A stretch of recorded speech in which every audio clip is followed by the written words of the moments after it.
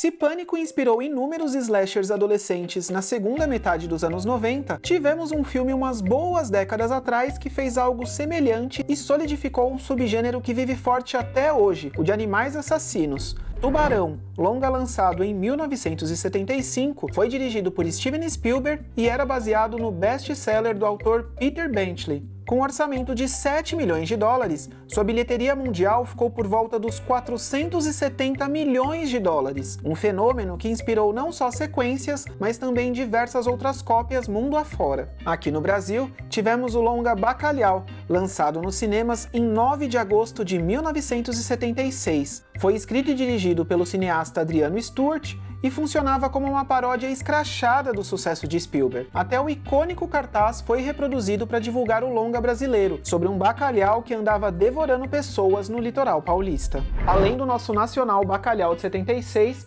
teve outros filmes que também chegaram nessa onda, como Orca, Baleia Assassina de 77 e O Peixe Assassino de 79. Mas o vídeo de hoje vai ser para falar de um longa que também veio nessa onda e que já nasceu como um clássico, porque contava com nomes que se tornaram lendários no terror, produção do Roger Corman e direção do Joey Dante. Tô falando do clássico Piranha, de 1978. Assim como Bacalhau, Piranha também apostava forte no humor, mas não somente nele, entregando também aí um banho de sangue e muita criatividade feita com baixo orçamento. Teve sequência, remake pra TV, remake pra cinema e sequência do remake. E eu resolvi trazer a franquia Piranha aqui pro canal porque recentemente eu revi o clássico. O filme fez parte aí de uma collab muito especial que eu fiz com o Clube Box, que é um grande parceiro aqui do canal, Clube de Cinema e Literatura. No mês do Halloween eu fui convidado para ser o curador da caixa de outubro, mas lá no final do vídeo eu comento mais de como foi essa collab que acabou chamando Locadora Sinistra e que foi uma experiência muito legal. Bora então falar do clássico dirigido pelo Joey Dante e fazer um apanhado geral aí da franquia, ver como ela se saiu no cinema, quem estava por trás dos filmes, como que foi esses lançamentos.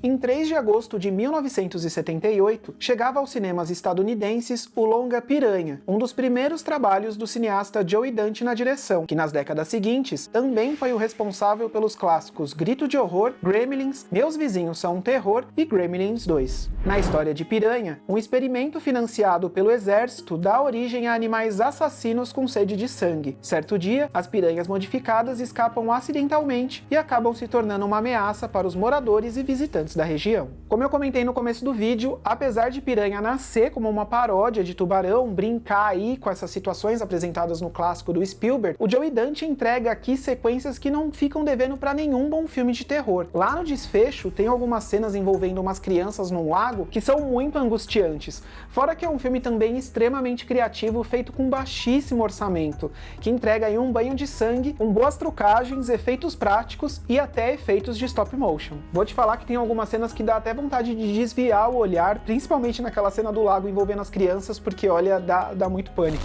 E aqui eu preciso enaltecer a presença da sempre icônica atriz Barbara Steele como a Doutora Mengers. Destaco de sua filmografia também o longa de O Poço e o Pêndulo, de 61, dirigido por Roger Corman, e também o clássico A Maldição do Demônio, do diretor Mario Bava, lançado em 1960. Com um orçamento de 660 mil dólares, Piranha conquistou por volta de 2 milhões de dólares somente nas 3 primeiras semanas nos Estados Unidos e fechou sua bilheteria por volta dos 16 milhões de dólares.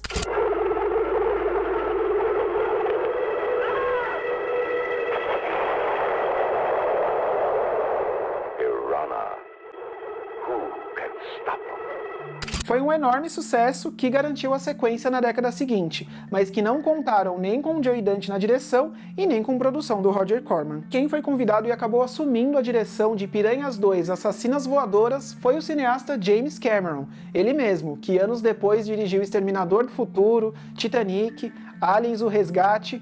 Esse aqui foi o primeiro longa-metragem que ele dirigiu. A história de Piranhas 2 se passa em um resort que é ameaçado por uma série de ataques violentos. Logo, se descobre que tais ataques, na verdade, são de peixes carnívoros que possuem asas. A produção dessa sequência foi meio conturbada, e apesar de Cameron ter assinado como diretor do filme, parte das filmagens também ficaram na responsabilidade do produtor Ovidio Assontes, com quem Cameron teve diversas desavenças sobre o corte final do longa. Diversas cenas extras foram filmadas para se ter duas versões diferentes do filme, com um corte que traria mais cenas de nudez e sexo, e foram justamente essas cenas que Cameron não concordava. Na década de 80, a versão idealizada pelo James Cameron chegou a ser lançada em Laserdisc com 20 minutos a menos, diversas cenas aleatórias ali que envolviam nudez foram removidas, mas a versão oficial do filme, que inclusive tá no DVD lançado pela Classic Line, com o Piranha de 78 e o Piranhas 2, é a versão integral, que inclui todas as cenas de nudez e gore. Bom, Piranhas 2 foi oficialmente lançado em 5 de novembro de 1982, mas foi um lançamento bem limitado.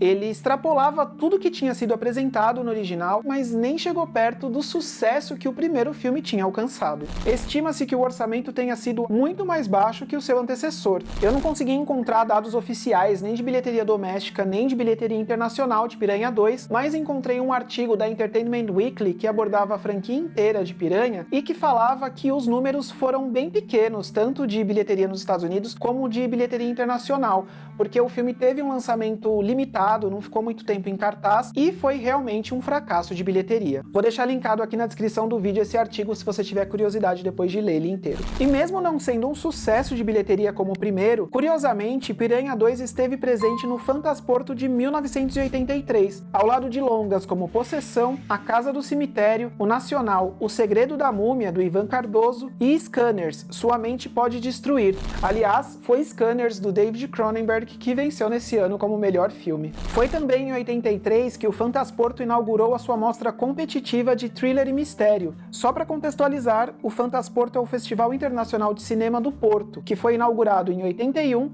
e é considerado pela crítica como um dos festivais de cinema fantástico mais importantes do mundo. Piranhas 2 pode não chegar perto do clássico de 78, mas eu acho que é um filme divertido e bem sangrento que vale a pena dar uma olhada. E claro, não dá para deixar de mencionar a presença do sempre ótimo Lance Henriksen no elenco, ator que viria a trabalhar bastante com Cameron em seus longas seguintes, como Exterminador do Futuro e Aliens: O Resgate.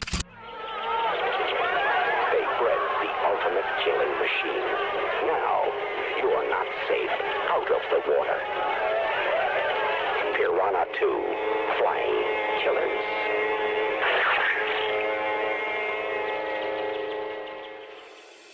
Pulando para a década de 90, Piranha ganhou seu primeiro remake, um filme feito para TV com produção do Roger Corman e direção do Scott Levy. Esse remake para TV seguia à risca o roteiro do original, com algumas modificações em seu segundo e terceiro ato. O curioso fica por conta dos efeitos especiais, já que o produtor Roger Corman se utilizou de cenas de arquivo do filme de 78 para esse remake, fato que não agradou muito o diretor Joe Dante. Sem muitas novidades, acho que vale assistir esse remake só por curiosidade mesmo, e também por conta de alguns nomes no elenco. Tem o William Katt, de A Casa do Espanto e Carrie a Estranha, e as atrizes Mila Kunis, de That Seventh Show e Cisne Negro, e a Soleil Fry, que quem era criança nos anos 90 provavelmente deve ter visto Punk, A Levada da Breca, com ela. Ela também fez Sabrina, com a Melissa Joan Hart, e também esteve no terror teen Eu Estou Esperando por Você, de 1998. E como uma curiosidade extra, vale compartilhar que o diretor de fotografia desse remake foi o Christopher Baffa, que também assinou a fotografia de outros longas de horror, como Às Vezes Eles Voltam 2, o remake de Parque Macabro, A Mão Assassina e o piloto de American Horror Story.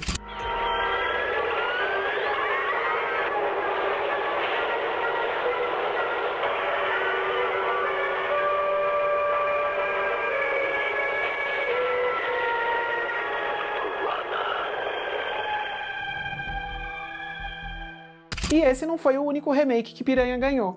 Em 2010, chegava aos cinemas Piranha 3D. O nome por trás do remake era do cineasta francês Alexander Aja, que na década anterior tinha chamado a atenção de Hollywood por seu violento filme Alta Tensão. Com um orçamento de 24 milhões de dólares, o longa teve uma boa resposta e bateu os 83 milhões de dólares no mundo todo.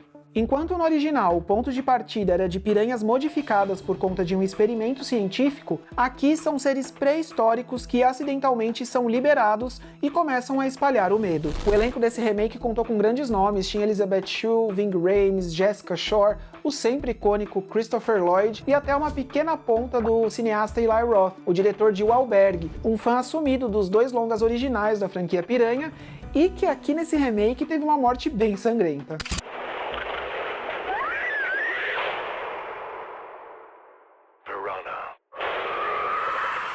O sucesso do longa de 2010 ainda rendeu mais um filme para a franquia, que foi lançado 2 anos depois, Piranha 2, ou como bem enfatizado no título original, Piranha 3DD. O orçamento foi consideravelmente menor que seu antecessor, custou por volta dos 5 milhões de dólares e fechou sua bilheteria mundial em pouco mais de 8 milhões de dólares. A direção dessa sequência ficou a cargo do cineasta John Gulager, mesmo responsável pela trilogia Banquete do Inferno, e esse segundo filme é uma pataquada só. Ele conta a história de uma mulher que, após a morte da mãe, precisa dividir a administração de um parque aquático com seu padrasto, e eles têm bastante desavenças profissionais sobre o rumo desse parque, que pra piorar acaba sendo invadido aí pelas piranhas assassinas. Os diálogos são muito ruins, tudo é muito exagerado, e pra mim, pelo menos, esse filme aqui é o que eu menos gosto de todos da franquia Piranha. O lançamento nos Estados Unidos dele foi limitado nos cinemas e simultâneo com o vídeo on demand. Apesar de não ter feito muito barulho na bilheteria doméstica, o filme teve uma boa aceitação em alguns mercados internacionais, sendo que por volta de 95% de seu retorno financeiro se deu justamente de bilheteria fora dos Estados Unidos.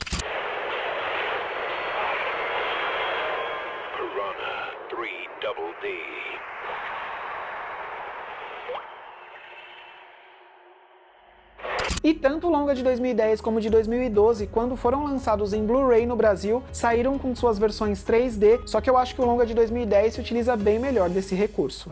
Mas e você, qual o seu filme preferido da franquia Piranha? Pra mim, o clássico de 78 continua imbatível, tanto como paródia do clássico de Tubarão, como um filme de terror.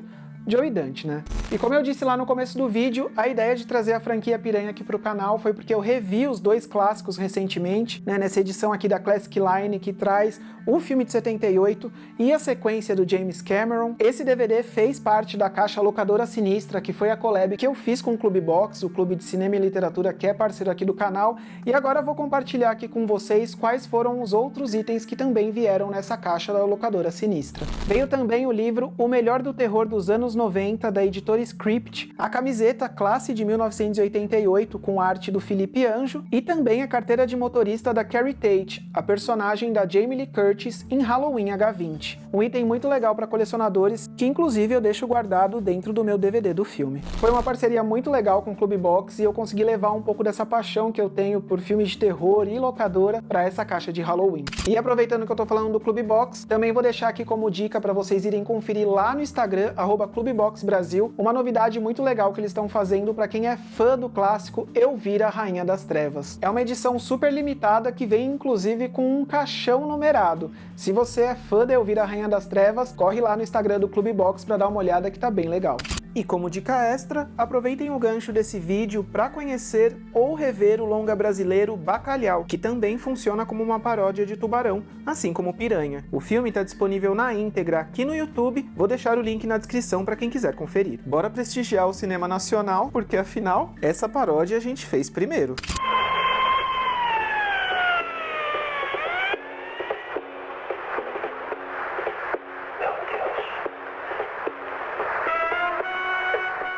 Espero que você tenha gostado desse vídeo. Se você gostou do conteúdo, não esquece de deixar um like para dar aquela força e se inscrever no canal para não perder os próximos conteúdos.